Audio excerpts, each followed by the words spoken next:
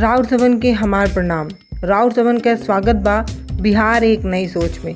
ये चैनल पे हमन के बात करेनी बिहार से जुड़ल खबरन के, ओहो पूरा भोजपुरी में, ताकि राउर सबन के पसंदीदा भाषा भोजपुरी बनल रहे और राउर सबन के खूब मजा आवे। तो अगर राउर सबन के हमार चैनल पसंद आवत होके तो कृपया के सब्सक्राइब कर डाली और एक बेल आइकन पे जरूर दबाएं। बेल आइकन दबैले के बाद आल पे कह दिए ताकि एक को वीडियो मिस न होके। दोस्तों, आज ये वीडियो में हमन के बात कल जाई बिहार के विधि व्यवस्था यानी कि एडीजी अमित कुमार के।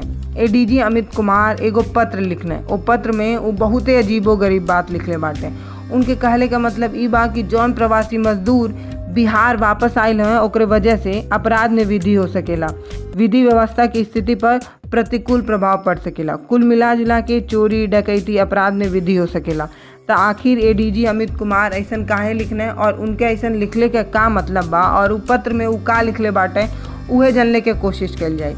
बिहार के प्रवासी श्रमिकन के मुद्दा ए दिनों काफ़ी गरमायल हुआ बा। ए बीच में प्रवासी श्रमिकन के लेकर एगो पत्र लिखना है। उ पत्र में डीएम, एसडीएम और रेल के एसपी के अजीबो गरीब बात लिखल बा।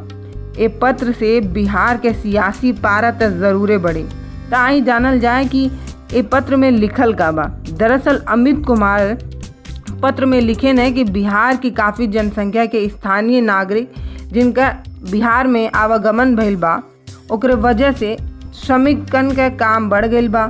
फिलहाल ई श्रमिक आर्थिक चुनौती के सामना करत बाटे, जेकरे खातिर काफ़ी तनाव में बाटे, चिंता में बाटे। सरकार किन्नो कोशिश कैले लेकिन राज्य के अंदर सभी लोगन के रोजगार देवल संभव नहीं बा। एकरे वजह से अनैतिकता और कानून के खिलाफ गतिविधियां बढ़ सकेले। यो कहना है कि अपराध में वृद्धि हो सकेला, विधि व्यवस्था की स्थिति पर प्रतिकूल प्रभाव पड़ सकेला। एकरे आगे वो बहुत औरों बात कहना है। बिहार के हालत देख के एडीजी जी यो कहना है कि अब कार्य योजना बनैले के ज़रूरत बा, सभी लोगन के रोजगार देले के भी ज़रूरत बा। लेकिन ये चिट्ठी से कई सवाल तो ज़रूर खड़ा होला। का प्रवासी मजदूर के चोर डकैत लुटेरा मानल जाता कि राज्य सरकार रोजगार देले में वाकई असमर्थ बे? ये दोनों सवाल तो ये पत्र से ज़रूर उठता। एक सवाल और उठता कि आखिर ये चिट्ठी के लिखले के ज़रूरत का पड़ल? का बिहार सरकार एक खत के समर्थन करते कि नहीं, इहो समझल बहुत ज़रूरी बा। दरअसल आपके बता दें कि बिहार के विधानसभा चुनाव होए वाला बा। ऐसे में बड़ी संख्या में जौन लौटे प्रवासी मजदूर हैं ये लोग के राजनीतिक पार्टी के निगरानी बा।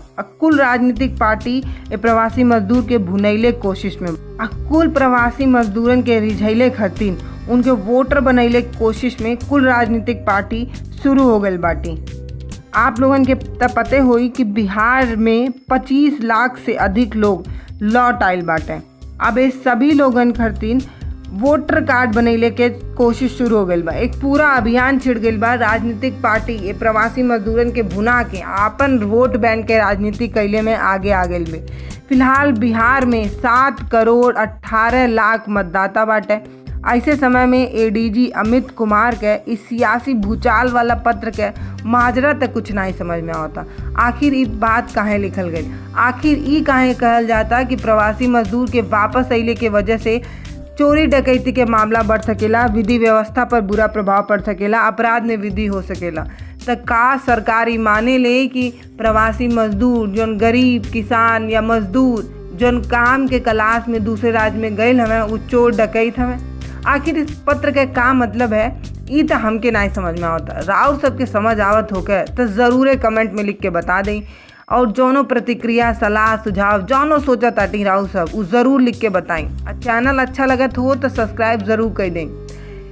हम जल्दी आप लोगन से फिरो मिलब ऐसे ही एगो महत्वपूर्ण मुद्दा लेकर। तब ले राउर सब अपन ख्याल रखी। राम राम।